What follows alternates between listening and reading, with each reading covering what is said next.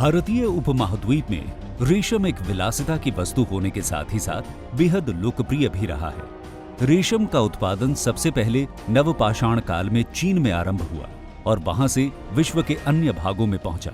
रेशम के प्रयोग के साक्ष्य सिंधु घाटी सभ्यता में पाई गई है। भारत में बने रेशम के कपड़ों की देश विदेश में हमेशा से मांग रही है। रेशम के उत्पादन में झारखंड राज्य का अपना एक विशेष स्थान है, जो यहाँ के निवासियों के लिए रोजगार का एक महत्वपूर्ण स्रोत है। राज्य सरकार ने रेशम के महत्व को ध्यान में रखते हुए रेशम उत्पादन एवं बुनाई के लिए कई नए केंद्रों की स्थापना की है।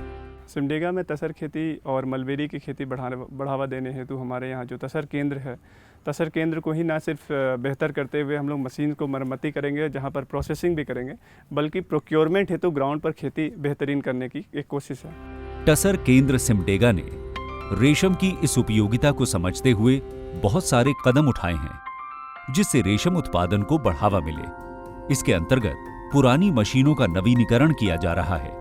साथ ही साथ 75 एकड़ जमीन पर मलबरी की खेती शुरू की गई है और खेत के चारों तरफ बाड़ लगाया गया। इसमें खर्च हुई कुल राशि का भुगतान कोल इंडिया के CSR फंड से किया गया।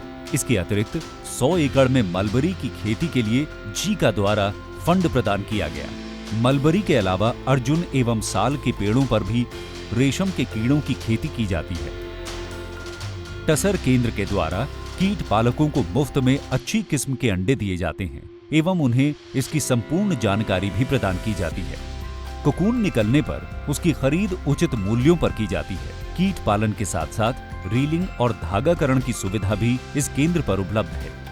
मलबरी के क्षेत्र में यहाँ के लोग मलबरी कीट पालन कर सकेंगे, धागाकरण का काम करेंगे, कपड़ा बनाने का काम करेंगे और साथ में साथ यहाँ का जो कपड़ा बनेगा उसको बाहर में भेज सकेंगे।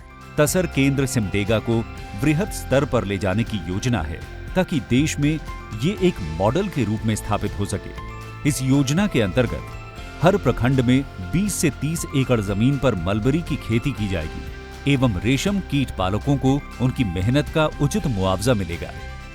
ये तसर सेंटर के द्वारा ये काम शुरू हुआ है और मैं अभी खेती करना शुरू की हूँ।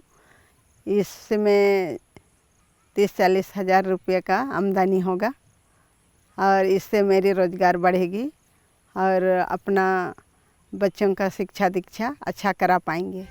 तसर केंद्र सिमडेगा ने अपने साथ महिलाओं को भी जोड़ा, जिससे उनके और उनके परिवार की आय में बढ़ोतरी हो सके। इसके द्वारा महिला सशक्तिकरण को भी बढ़ावा मिल रहा है। प्रत्येक गांव में, चूँकि यहाँ साल और शीशम है और हमारे यहाँ अर्जुन है, इस तरह के पेड़ों पर भी हम लोग चाह रहे हैं कि distribution on a large scale हम लोग ये कराएंगे जो इनके कीट की है, और प्रत्येक गांव में एक वॉल्यूंटरी सर्विस के रूप में देने वाले एक हम लोग रेशम मित्र को भी यहाँ पर नियुक्त करेंगे और उनको ट्रेनिंग के उपरांत हम लोग चाहेंगे कि यहाँ पर कम से कम प्रत्येक साल 10 करोड़ की टर्नओवर की जो सिल्क की खेती है और उसका जो आउटपुट है वो लोग निकाल सके और तसर केंद्र के सभी मशीन का मैक्सिमम इस्तेमाल करते हुए यहाँ पर उन सभी का एक अच्छा थान बनाकर उसका मार्केटिंग प्रोडक्ट के रूप में भी यहाँ से भेज सकें। रेशम मित्र को प्रशिक्षण देना और नियुक्त करना भी तसर केंद्र सिमडेगा की एक पहल है। रेशम मित्र जिले के कीट पालकों को उचित प्रशिक्षण और सुझाव देते हैं, जिससे सिमडेगा जिले में रेशम के उत्पादन में भारी बढ़ोतरी होगी और यहाँ के रेशम का निर्यात भी हो सकेगा, जिससे एक नई आर्थिक गतिविधि की शुरुआत होगी, जिसमें सिमडेगा के कीट पालकों की आमदनी तो बढ़ेगी ही, साथ ही साथ उनका जीवन स्तर भी सुधर जाएगा।